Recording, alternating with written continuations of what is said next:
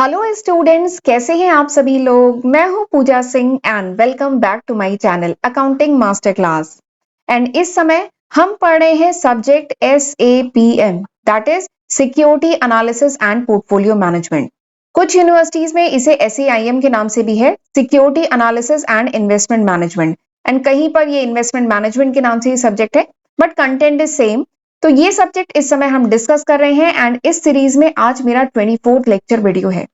23 lecture video मैं already upload कर चुकी हूं and this is my 24th lecture video. And आज के लेक्चर में हम बहुत डिटेल में पढ़ने वाले हैं about NSDL national Security Depository limited के बारे में हम आज डिटेल में पढ़ने वाले हैं। ठीक है, बट उससे पहले थोड़ा सा मैं शॉर्ट में बताना चाहूंगी कि जो पिछले कुछ लेक्चर्स थे उसमें हमने क्या क्या पढ़ा है। तो इस समय हम जो चैप्टर पढ़ रहे हैं उसका नाम है सेकेंडरी मार्केट या जिसे स्टॉक मार्केट भी कहते हैं। ये चैप्टर इस समय हम पढ़ रहे हैं एंड इस चैप्टर में ये सारे टॉपिक जो स्क्रीन पे आपको दिख रहे हैं, ये सारे टॉपिक मैं बहुत डिटेल में आपके साथ डिस्कस कर चुकी हूँ, जिसमें मैंने सेकेंडरी मार्केट का introduction, origin, function, regulatory framework and India में इस समय फरवरी 2024 में कितने स्टॉक एक्सचेंज है ये डिस्कस किया है। इसके साथ ही कैसे ट्रेडिंग होती है, कैसे बाय सेल होता है सिक्योरिटीज का, डिपॉजिटरी क्या है, डिपॉजिटरी पार्टिसिपेंट क्या है, ये सब भी हमने डिटेल में समझा। इसके साथ ही मैं सेटलमेंट सिस्टम आपको बता चुकी हूँ, ऑनलाइन ट्रेडिंग बता चुकी हूँ, लिस्टिंग ऑफ सिक्योरिटी डिस्कस हो गया है, NSE BSE जो इंडिया के दो बड़े स्टॉक एक्सचेंज है इनके बारे में भी डिटेल में हमने डिस्कस किया है। एंड लास्ट लेक्चर में मैंने आपके साथ दो और स्टॉक एक्सचेंज जिनका नाम है interconnected stock Exchange and over the counter exchange of India, जिसको OTCI भी कहते हैं, ये दोनों स्टॉक एक्सचेंज लास्ट टाइम पे आपके साथ डिस्कस किया था। एंड आज हम इसके आगे पढ़ेंगे। आज मैं आपको बताऊंगी अबाउट NSDL। NSDL क्यों इस्टेब्लिश किया गया, what was the requirement of NSDL, ये पढ़ेंगे। इसका इंट्रोडक्शन हम डिटेल में पढ़ेंगे। NSDL का क्या काम है, इसकी क्या फंक्शनिंग है, क्या रोल है, एंड DP एंड NSDL इनके बीच में क्या रिलेशनशिप है, ठीक है, कैसे वर्क करते हैं, क्या रोल है, ये समझेंगे। इसके साथ ही NSDL का क्या एडवांटेज है ये समझेंगे। तो ये सारे टॉपिक आज हमें इस लेक्चर में डिटेल में पढ़ना है, ठीक है। एंड मैं उम्मीद करती हूं आज इस लेक्चर के बाद NSDL के सारे कॉन्सेप्ट आपके अच्छे से क्लियर हो जाएंगे, राइट। तो चलिए फिर आज का लेक्चर हम स्टार्ट करते हैं।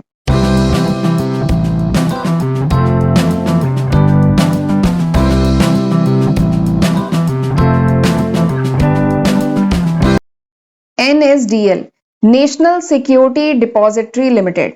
तो सबसे पहले तो ये सवाल आता है कि why this NSDL is establish, ये जो NSDL है इसकी जरूरत क्या पड़ी, ठीक है, क्यों इसको एस्टैब्लिश किया गया। तो बता दूं NSDL के एस्टैब्लिश होने से पहले, NSDL 1996 में एस्टैब्लिश हुआ था, ठीक है। तो NSDL के एस्टैब्लिश होने से पहले जो सिक्योरिटीज थी, जो शेयर डिवेंचर होते थे, उनकी ट्रेडिंग कैसे होती थी, पेपर बेस्ड सेटलमेंट होता था, पेपर बेस्ड ट्रेडिंग होती थी। जो पेपर्स जो शेयर सर्टिफिकेट होते थे वो पेपर के फॉर्म में, शेयर सर्टिफिकेट के फॉर्म में होते थे, ठीक है, सर्टिफिकेट के फॉर्म में शेयर्स होते थे। इवन आप अपने अगर अभी तक बचे हो कुछ, मतलब लोगों के पास आज भी जो शेयर्स हैं वो पेपर फॉर्म में, सर्टिफिकेट के फॉर्म में है, ठीक है। तो पहले 1996 से पहले क्या होता था, पेपर बेस्ड सेटलमेंट होता था किसी भी ट्रेड का, ठीक। तो उसमें तो बहुत प्रॉब्लम आती है ना, अगर पेपर के फॉर्म में है, सर्टिफिकेट के फॉर्म में आपके पास शेयर है तो बहुत सारी प्रॉब्लम्स आ सकती हैं। वो जो शेयर सर्टिफिकेट है वो कहीं खो सकते हैं, या सपोज करिए आपने कोई शेयर खरीदे हैं कंपनी से, उसकी डिलीवरी आनी है तो उसकी डिलीवरी लेट हो सकती है या वो ना पहुंचे, या अगर आप टाइटल ट्रांसफर कर रहे हैं, ये जो शेयर है किसी और के नाम पे ट्रांसफर कर रहे हैं तो उसमें डिले होगी। तो बहुत सारी दिक्कतें थी, शेयर सर्टिफिकेट को ध्यान से रखना होता था, खो गया तो अलग दिक्कत, ठीक है। या सपोज करिए वो पेपर ही तो है, अगर काफी लंबे समय तक आपने रखा है तो पेपर खराब हो गया, चूहे कुतर गए, बहुत सारी दिक्कतें थी। तो इसीलिए 1996 से पहले जो पेपर बेस्ड जो ट्रेडिंग वगैरह होती थी, सेटलमेंट होता था, तो उसमें बहुत सारी दिक्कतें थी। और इन्हीं दिक्कतों के कारण और जो प्रोसीजर था वो क्या हो जाता था, क्योंकि पेपर बेस्ड, पेपर के फॉर्म में शेयर सर्टिफिकेट एक जगह से दूसरे जगह ट्रांसफर होने हैं, तो क्या होता था, चीजें डीले हो जाती थी। और जो पूरा प्रोसीजर था it was very tiring procedure. तो इसीलिए पहले FII जो होते थे, फॉरेन इंस्टीट्यूशनल इन्वेस्टर, वो इंडियन स्टॉक मार्केट से क्या करते थे, दूरी बना के रखते थे। पहले जो है FIIs का इतना ज्यादा पार्टिसिपेशन नहीं था इंडियन स्टॉक मार्केट में, क्योंकि एक तो थोड़ा इंफ्रास्ट्रक्चर वाइज उतना ज्यादा डेवलप नहीं था, प्लस जो शेयर की ट्रेडिंग होती थी, सेटलमेंट होता था, ट्रेडिंग नहीं सेटलमेंट जो होता था वो पेपर बेस्ड था। तो ये सब बहुत दिक्कतें थी। तो इन्हीं दिक्कतों को रिमूव करने के लिए, टू रिमूव दीज डिफिकल्टीज, इन्हीं डिफिकल्टीज को रिमूव करने के पर्पज से एनएसडीएल वाज एस्टैब्लिश, एनएसडीएल को एस्टैब्लिश किया गया, ठीक है।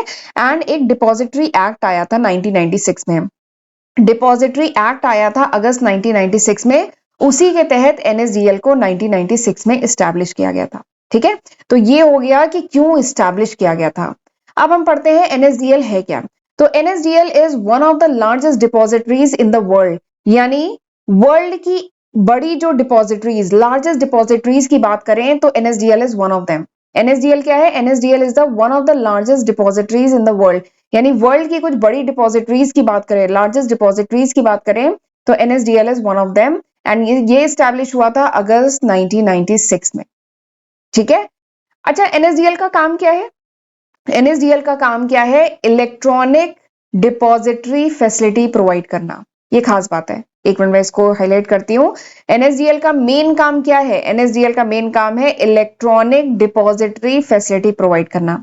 इलेक्ट्रॉनिक डिपॉजिटरी फैसिलिटी का मतलब क्या है कि 1996 से पहले क्या होते थे? जो शेयर सर्टिफिकेट थे, जो शेयर थे वो सर्टिफिकेट फॉर्म में होते थे, पेपर फॉर्म में होते थे।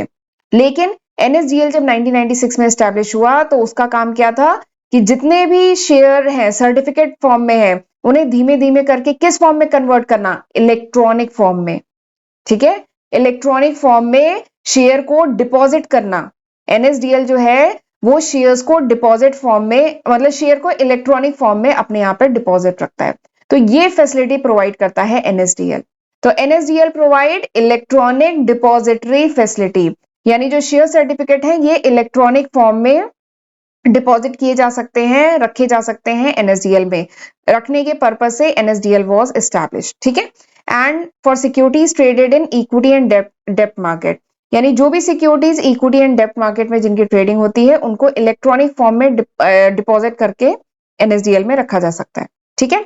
तो एनएसडीएल का एम क्या था? एनएसडीएल का एम था to ensure the safety and soundness of Indian market place. ये जो इंडियन मार्केट प्लेस है इसकी सेफ्टी एंड साउंडनेस को मेंटेन करें, ठीक है। जो इंडियन कैपिटल मार्केट है, इंडियन सिक्योरिटी मार्केट है, इंडियन स्टॉक मार्केट है, वो सेफ रहे, ठीक है। एंड साउंडनेस उसकी मेंटेन रहे और उसकी इफिशिएंसी बढ़े, यानी काम तेजी से हो, ठीक है। रिस्क मिनिमम रहे और कॉस्ट भी रिड्यूस रहे। अगर इलेक्ट्रॉनिक फॉर्म में शेयर सर्टिफिकेट को कन्वर्ट कर दिया जाता है तो क्या होता है? स्पीड बढ़ जाएगी ना, शेयर जल्दी से ट्रांसफर हो जाएंगे। खैर वो अभी मैं आगे डिटेल में बताऊंगी। प्लस रिस्क भी कम हो जाएगा, शेयर के खोने का खतरा, शेयर खराब हो जाए, शेयर में कोई, शेयर जो सर्टिफिकेट है उसमें कोई मिसप्रिंट या गलती के चांसेस भी तो कम हो जाएंगे। तो ओवरऑल कॉस्ट रिड्यूस हो जाती है। तो ये इसका एम था एनएसडीएल का।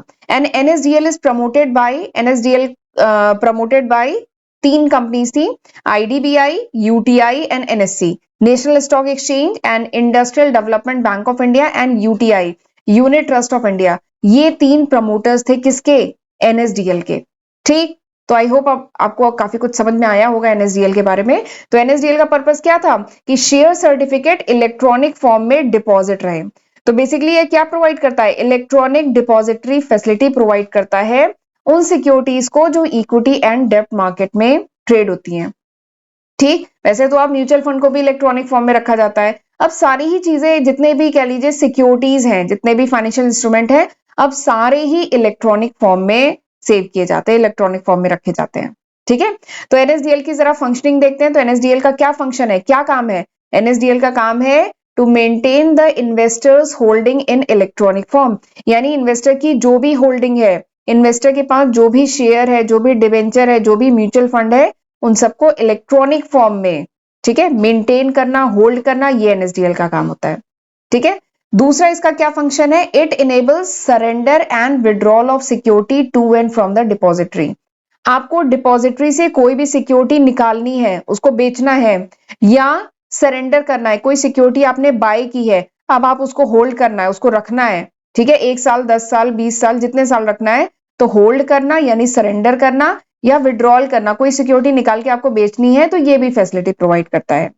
Plus it effect the settlement of security traded on exchange. NSDL settlement of security, यानी जो सिक्योरिटीज का सेटलमेंट होता है उसमें भी हेल्प करता है, ठीक है। कैसे? देखिए, सपोज करिए ये आपका डीमैट अकाउंट है। डीमैट अकाउंट मतलब समझते हैं ना, depository sorry dematerialisation account, demat account, इसको ऐसे कहते हैं ना, डीमैट अकाउंट। ये आपका डीमैट अकाउंट है। जैसे बैंक में अकाउंट होता है ना, उसमें क्या रखते हैं आप, पैसे रखते हैं। वैसे अगर शेयर में आपको ट्रेडिंग करनी है तो आपको एक डीमैट अकाउंट खुलाना होगा। डीमैट मतलब डीमैटेरियलाइज, ये इससे बना है डीमैट। तो डीमैट अकाउंट में आप क्या रखते हैं, शेयर्स रखते हैं इन इलेक्ट्रॉनिक फॉर्म। ठीक, इसका भी यूजर आईडी पासवर्ड वगैरह होता है। तो इसमें आप शेयर रखते हैं इलेक्ट्रॉनिक फॉर्म में। तो अगर आपने कोई शेयर बेचा, ठीक है, इसका कोई एक्स कंपनी का शेयर था, आपने बेचा, ठीक, तो आपने बेचा तो डीमैट अकाउंट में तो आपकी सिक्योरिटीज लॉक रहती है ना, लॉक रहती है। कोई भी आपकी परमिशन के बिना यहाँ से सिक्योरिटी कोई ऐड भी नहीं कर सकता, डिलीट मतलब रिमूव भी नहीं कर सकता। तो अगर आपने इसकी सिक्योरिटी बेची है तो फिर आपको क्या होगा, अपना जो डीपी है जहां पे आपने अकाउंट खुलवाया है उसको बताना पड़ेगा कि आपने सिक्योरिटी बेची है, तो वो आपके अकाउंट से इस शेयर को रिलीज कर देगा और ये शेयर रिलीज होकर के पूल में चला जाएगा, मतलब एनएसडीएल के पास चला जाएगा और फिर एनएसडीएल से जिसने खरीदा है उसके पास चला जाएगा। तो ये बेसिकली क्या है, सेटलमेंट ऑफ सिक्योरिटी। क्या हमने शेयर बेच दिया यहीं पे काम खत्म हो गया? नहीं, हमने शेयर बेचा है तो उसके बाद हमें अपने डीमैट अकाउंट से, क्योंकि डीमैट अकाउंट में शेयर लॉक है, तो वहां डीमैट अकाउंट से शेयर को रिलीज करना होगा। वो शेयर एनएसडीएल के पास जाएगा और एनएसडीएल से फिर वो शेयर जिसने खरीदा है, जो बायर है, उसके पास चला जाएगा। ठीक है, तो ये क्या है, दिस इज सेटलमेंट, ये सेटलमेंट है।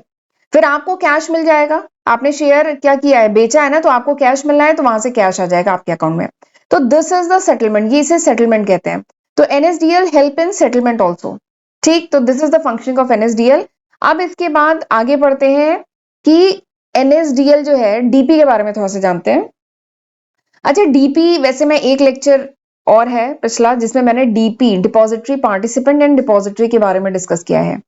तो डीपी क्या होता है, डीपी, डीपी क्या होता है, तो चलिए मैं बताती हूँ। देखिए, जो एनएसडीएल है ये 2 टियर स्ट्रक्चर में वर्क करता है। जो एनएसडीएल है it operate on 2 tier structure. इसमें क्या होता है, NSDL maintain the accounts of its GP, यानी एनएसडीएल डीपी के अकाउंट, अभी ये डीपी क्या है मैं दोबारा बता रही हूँ, वैसे पिछले लेक्चर में बता चुकी हूँ, दोबारा बताती हूँ, पर पहले एक मिनट ये समझ लीजिए। एनएसडीएल 2 टियर स्ट्रक्चर में वर्क करता है। NSDL maintain the account of its DP and DP maintain the account of its client. NSDL DP का अकाउंट मेंटेन करता है और डीपी अपने क्लाइंट्स के अकाउंट मेंटेन करती है। ठीक है, एनएसडीएल क्या है ये तो हम जानते हैं। एनएसडीएल वर्ल्ड की one of the largest depository है जहां पे शेयर को इलेक्ट्रॉनिक फॉर्म में रखा जाता है। ठीक, एनएसडीएल हो गया। अब डीपी क्या है, तो डीपी बेसिकली एनएसडीएल के मेंबर्स होते हैं। ठीक है, it could be public financial institution, ये कोई पब्लिक फाइनेंशियल इंस्टीट्यूशन भी हो सकते हैं, ये बैंक भी हो सकते हैं, ये कस्टोडियन भी हो सकते हैं, ये कोई रजिस्टर्ड स्टॉक ब्रोकर भी हो सकते हैं, ये एनबीएफसीज भी हो सकते हैं। ठीक है, और इन्हें परमिशन लेनी होती है, अप्रूवल लेना होता है सेबी से एंड डिपॉजिटरी से अप्रूवल लेना होता है। तो डीपी बैंक हो सकते हैं, एनबीएफसी, स्टॉक ब्रोकर, कस्टोडियन या पब्लिक फाइनेंशियल इंस्टीट्यूशन हो सकते हैं। ठीक, तो ये हो गया डीपी। तो बेसिकली डीपी आप समझ रहे हैं, एग्जाम्पल अगर मैं कहूं कि डीपी का एग्जाम्पल क्या है, तो डीपी का एग्जाम्पल है जैसे एंजल ब्रोकिंग हुआ। ठीक है, एंजल ब्रोकिंग हुआ, आईसीआईसीआई डायरेक्ट हुआ, जीरोधा हुआ, ठीक है, या ग्रो हुआ। तो ये सब क्या है, ये सब डीपी है। तो एनएसडीएल इन डीपी का अकाउंट मेंटेन करता है और ये डीपी जो होते हैं अपने क्लाइंट्स के अकाउंट मेंटेन करती हैं। ठीक है, हम लोगों को अगर अपना डीमैट अकाउंट खुलवाना है तो हम कहाँ जाएंगे, हम शायद एंजल ब्रोकिंग के पास जाएंगे या आईसीआईसीआई डायरेक्ट के पास जाएंगे या जीरोधा के पास जाएंगे या ग्रो के पास जाएंगे या और भी बहुत सारे डीपीज हैं। ठीक है, तो दिस इज डीपी, ये डीपी होता है, डिपॉजिटरी पार्टिसिपेंट। ठीक, तो एनएसडीएल 2 टियर स्ट्रक्चर में वर्क करता है। एनएसडीएल जितने भी डीपीज हैं, ठीक है, आईसीआईसीआई डायरेक्ट और जीरोधा, शेयर खान भी है और भी बहुत सारे हैं, इनके अकाउंट मेंटेन करता है और ये लोग फिर अपने क्लाइंट के अकाउंट मेंटेन करते हैं। ठीक है, तो हमें अगर डीमैट अकाउंट खुलवाना है तो हमें किसके पास जाना पड़ेगा, हम क्या एनएसडीएल के पास जाएंगे? नहीं, हम जाएंगे डीपी के पास। जो क्लाइंट होता है वो डीपी के पास जाएगा। ठीक है, हम जाएंगे डीपी के पास, हमें जहां सूटेबल पड़ रहा है, जहां चार्जेस वगैरह कम है, हम वहां पे जाके अपना डीमैट अकाउंट खुलवा लेंगे। ठीक है, एंड इन डीपीओ का अकाउंट किसके पास है, एनबीएफ सॉरी इनके पास, एनएसडीएल के पास है। ठीक है, तो इस तरीके से काम करता है। तो ये जो एनएसडीएल है, क्योंकि with the help of continuous electronic connectivity, क्योंकि यहाँ पे इलेक्ट्रॉनिक कनेक्टिविटी है, हमारा अकाउंट डीपी में, डीपी का एनएसडीएल में है, तो और ये इलेक्ट्रॉनिकली कनेक्टेड है, तो इसलिए अगर कोई क्लाइंट है उसने आज शेयर बेचे हैं या कुछ खरीदा है, फिर बेचा है, फिर कुछ खरीदा है, तो क्योंकि ये जो अकाउंट है ये कनेक्टेड है, इसलिए क्या है, हर दिन on a daily basis reconciliation होता रहता है। Reconciliation of all account is done on daily basis. And कितने नंबर ऑफ स्टॉक हैं हर क्लाइंट के अकाउंट में, ये डेली का डेली जो है बैलेंस होता रहता है, रिकंसाइल होता रहता है, मैच होता रहता है। हमारा जो डीमैट अकाउंट है वो डेली का डेली अपडेट होता रहता है। कैश बैलेंस हमारे पास कितना बचा है ये भी प्रॉपरली डेली का डेली अपडेट होता रहता है। क्यों? क्योंकि ये तीनों आपस में कनेक्टेड है। हमारा अकाउंट डीपी के पास है, डीपी का अकाउंट एनएसडीएल के पास है, और ये हर दिन पे डेली के डेली ये बैलेंस होता रहता है। ठीक, तो दिस इज एनएसडीएल।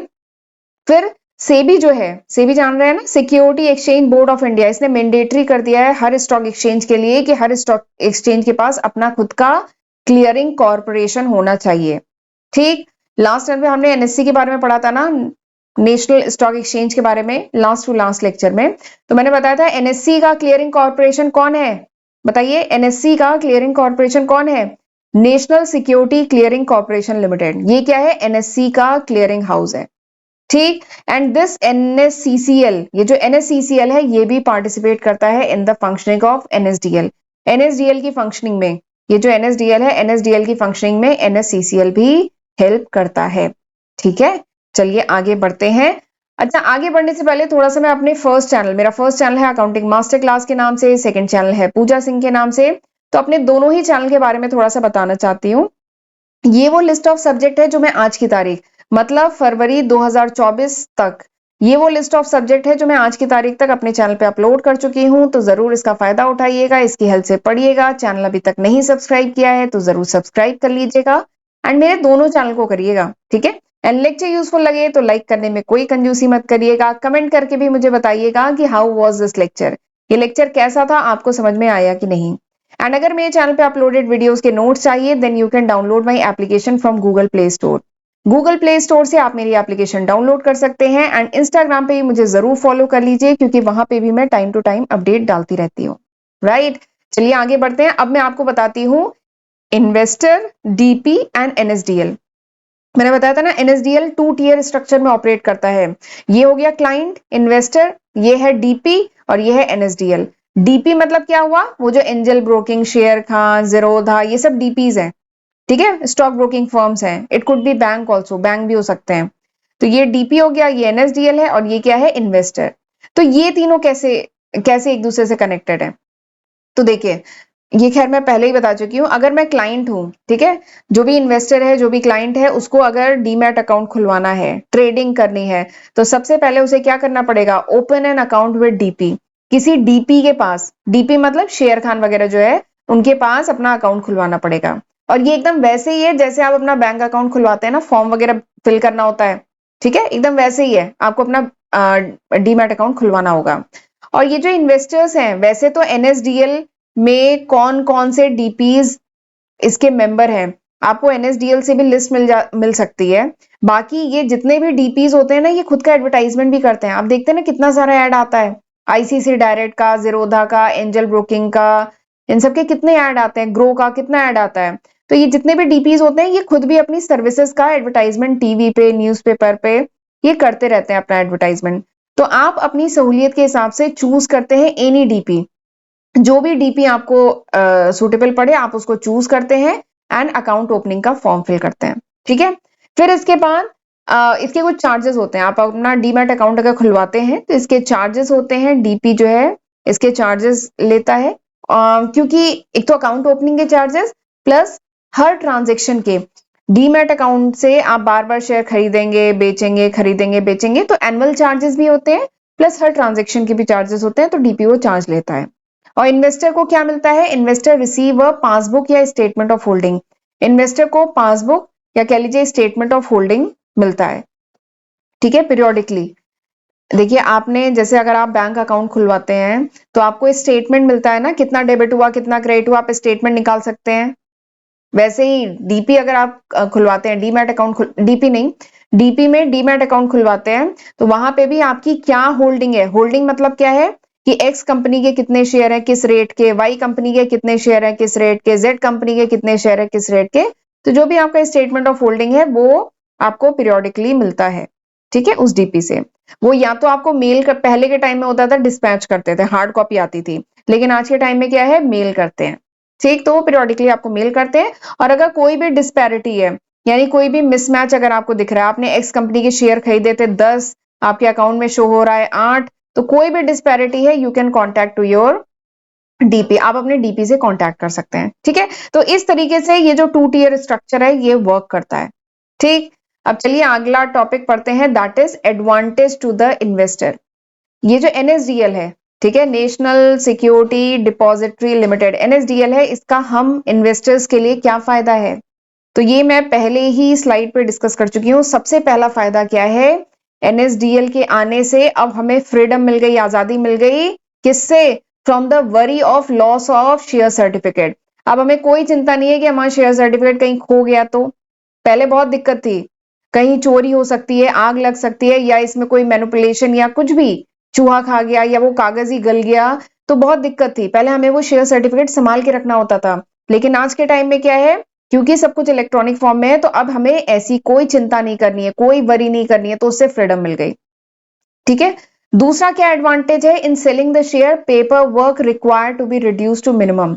यानी अब अगर हमें शेयर सर्टिफिकेट सेल करने हैं, शेयर सर्टिफिकेट नहीं, सॉरी, मतलब शेयर अगर इलेक्ट्रॉनिक फॉर्म में हमारे डीमैट में है तो उसे बेचने हैं, तो ऐसा कोई पेपर वर्क नहीं लगेगा।